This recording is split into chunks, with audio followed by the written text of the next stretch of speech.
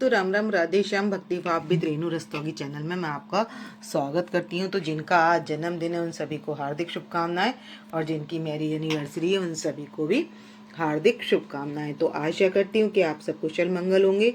तो आज की वीडियो रहने वाली है कि घट स्थापना नवरात्रि कब से शुरू है, घट स्थापना कब तक करनी है, और अष्टमी, नवमी और सप्तमी कब है।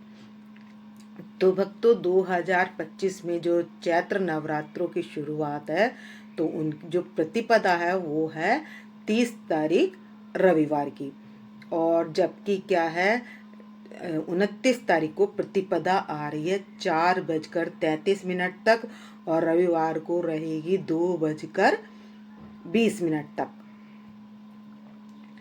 तो इसका मतलब व्रत जो रखा जाएगा वो रखा जाएगा 30 तारीख को। तो जो प्रतिपदा का जो व्रत है वो 30 तारीख को रखा जाएगा।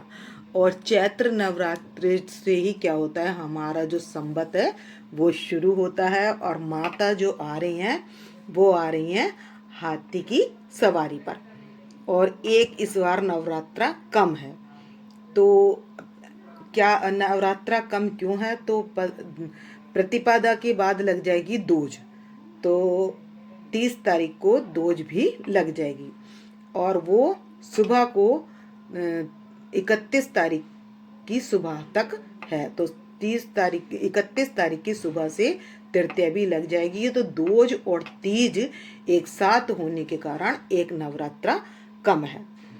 तो अब जानेंगे कि हम घट की स्थापना कब करें।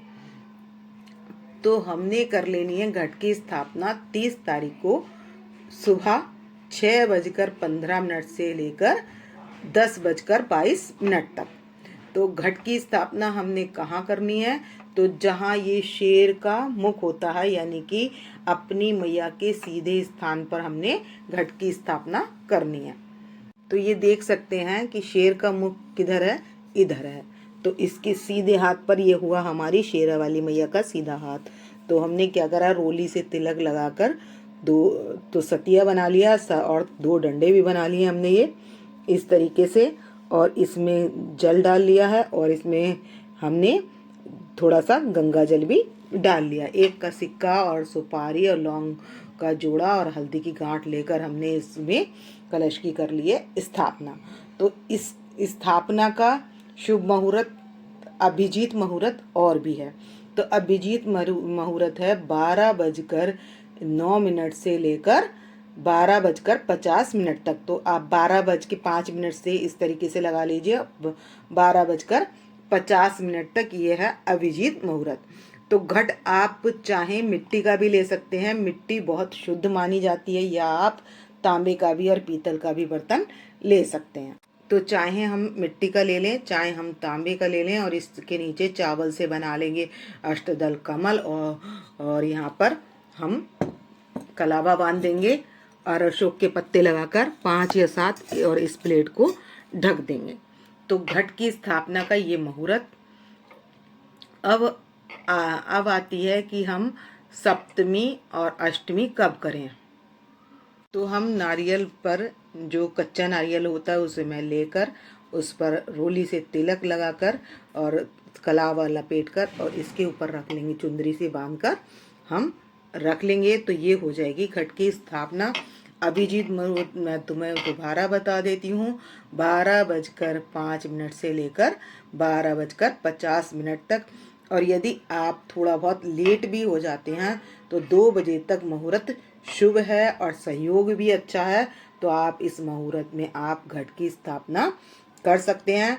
कोशिश कीजिए 12:50 तक हो जाए, नहीं हो पाती है तो आप 2 बजे तक भी, किसी कारणवश 2 बजे तक भी कर सकते हैं। तो सप्तमी, हमारी जो सप्तमी, पड़वा के बाद जो सप्तमी का व्रत करते हैं वो करेंगे 6 तारीख को, और 7 तारीख को करेंगे। हम यहाँ पर ले लेंगे घट स्थापना में कच्चा नारियल, जिसमें पानी होता है, वो वाला नारियल ले लेंगे, और उस पर हम क्या करेंगे, रोली से तिलक कर लेंगे और कलावा बांध लेंगे, और उसके ऊपर हम ये चुंदरी बांध लेंगे। और चुंदरी बांधकर हम इस कलावा भी बांध देंगे घट पर भी।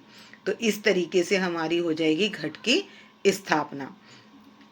तो घट की स्थापना का जो अभिजीत मुहूर्त है वो 12:05 से लेकर 12:50 तक है। तो आप किसी कारणवश आप लेट हो जाएं तो मन में ये संकोच ना करें कि हम अब नहीं कर सकते। तो 2 बजे तक, जब तक कि हमारी प्रतिपदा चल रही है तब तक भी हम कर सकते हैं, क्योंकि संयोग अच्छे बन रहे हैं और मुहूर्त भी अच्छे हैं।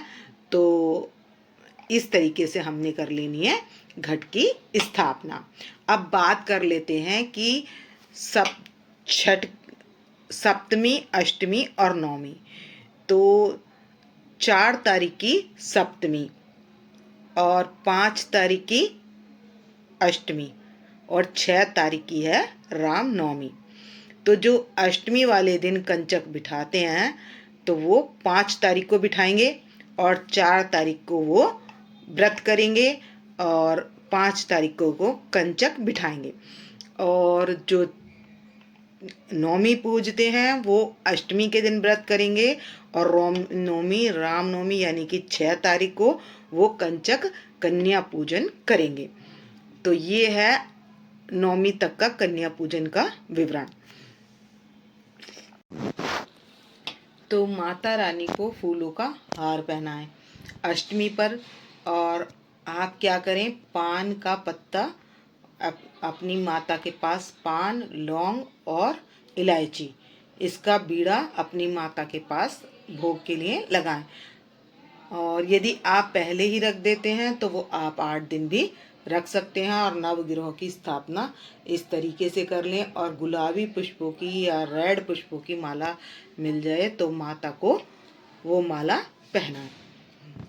तो अष्टमी पर हमने क्या करना होता है, जो देवी की पूजा की जाती है कंचकों की, तो वो हमने जैसे 9 नवरात्रे होते हैं तो उसी तरीके से 9 दिन की एक, जैसे 1 साल की एक कन्या, 2 साल की कन्या, एक 3 साल की कन्या, एक 4 साल की कन्या और एक 5 साल की कन्या, इस तरीके से हमने 8 साल तक, 9 साल तक की कन्या ले लेनी है और उसमें एक हमने लंकड़ बिठाना है। 8 कन्याएं तो एक लंकड़, इस तरीके से कन्या लंकड़ों में जिमाया जाता है। तो इस तरीके से हम कन्याओं को क्या दें, तो कन्याओं को प्लास्टिक की चीज़ न देकर उनको फल दें। तो जैसे कि हमने 1 साल की कन्या बुलाई है तो उनको क्या दें, और 9 साल तक की कन्याएं भी ले सकती हैं उसे।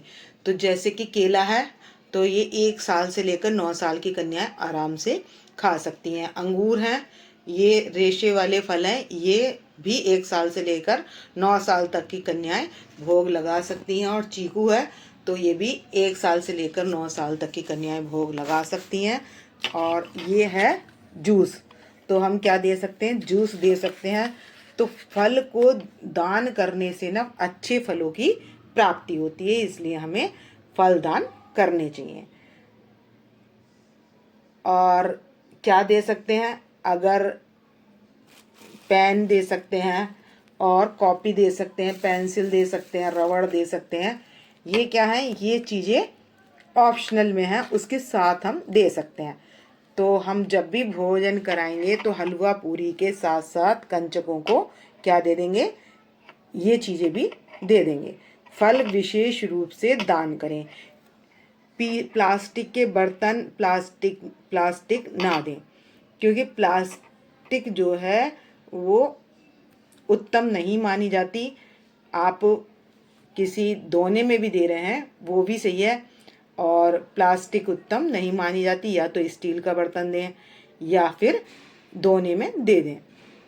पत्तल, दोना ये सब शुद्ध माने जाते हैं, सबसे ज़्यादा पत्तल शुद्ध मानी जाती है। और उसके बाद जो है दोने दे सकते हैं, स्टील के बर्तन दें, प्लास्टिक ना दें। तो दान में उत्तम दान या तो फल का दान माना जाता है या फिर माना जाता है विद्या का। तो आप कॉपी, पेंसिल या कोई बुक्स दे दें जो उनकी नॉलेज की हो। आप छोटी छोटी कन्याएं तो उनको कॉपी दे दें, रजिस्टर दे दें जो उनके काम आए। तो इस तरीके की चीज़ें आप उनको कंचक में दान कर सकते हैं। जब भी हम कंचक बुलाएं तो सबसे पहले हम उनके चरण धोएं, उसके बाद हम बिंदी लगाएं, उसके बाद जो हमने चुनरी वगैरह उड़ानी है वो उड़ाएं, उसके बाद हम उनके हाथों में फल दें, उसके बाद हलवा पूरी जो हमने उनके लिए भोग बनाया वो उनको खिलाएं। और आप चाहें तो कन्याओं को मोती की माला भी दे सकते हैं, छोटी बिंदी भी दे सकते हैं, माला भी दे सकते हैं। तो माता रानी के हिसाब से भी और कंचकों के हिसाब से भी।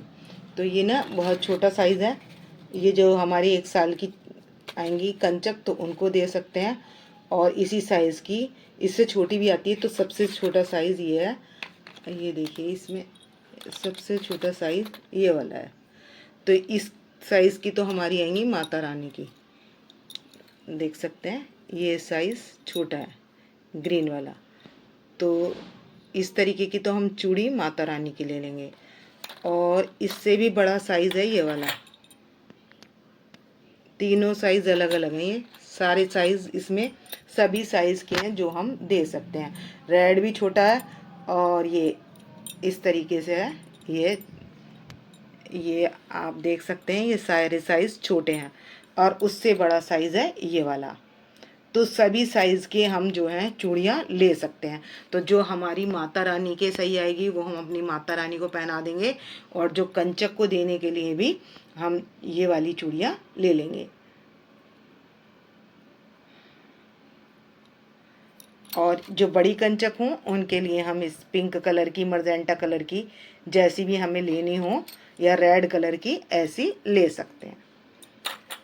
और एक बिंदी भी दे सकते हैं, ये छोटी छोटी बिंदी है तो ये दे सकते हैं, नेल पॉलिश दे सकते हैं, और हम मेहंदी दे सकते हैं। और ये हम कंचक का सामान, शीशा, कंघा और तेल या क्रीम आती है, पाउडर आता है, इस तरीके की चीज़ें भी हम इनको दे सकते हैं कंचकों को।